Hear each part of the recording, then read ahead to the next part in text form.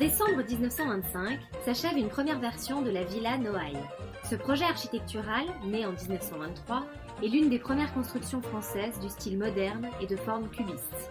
Charles et Marie-Laure de Noailles, couple très fortuné mais également particulièrement engagé dans les mouvements artistiques de leur époque, souhaitent eux aussi prendre part à l'expérience de la modernité. Or, ce jeune couple aristocrate avait reçu en cadeau de mariage un terrain dominant la vieille ville de Hyères. C'est alors que leur vint l'idée de construire une résidence d'hiver modeste, où l'on rechercherait la luminosité avant tout, où la simplicité l'emporterait sur le luxe et avec du mobilier fonctionnel.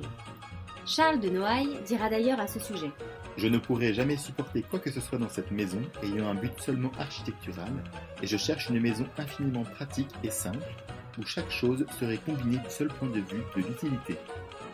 Après avoir consulté les grands noms de l'architecture de l'époque, tels que Mies van der Rohe ou Le Corbusier, Charles et Marie-Laure jetèrent finalement leur dévolu sur Robert Mallet Stevens, suite au conseil d'un ami qui le décrivit comme un homme de goût et d'imagination. Robert Mallet Stevens entreprit alors la construction de cette petite maison dans le Midi et se confronta au caractère obstiné et capricieux du couple Noailles. Il ne fallut pas moins de 5 ans avant que l'œuvre soit achevée. Plus qu'une simple bâtisse, celle-ci aura finalement davantage l'apparence d'un étrange château moderne, à la forme d'un paquebot. Un étrange château que Man Ray choisira comme décor pour son film « Les mystères du château de D », dont il dira « La maison réservait une surprise après l'autre, et inépuisable paraissaient ses ressources ». Cette construction pour le moins épatante aura ainsi séduit un grand nombre d'artistes des années folles, invités à y séjourner régulièrement.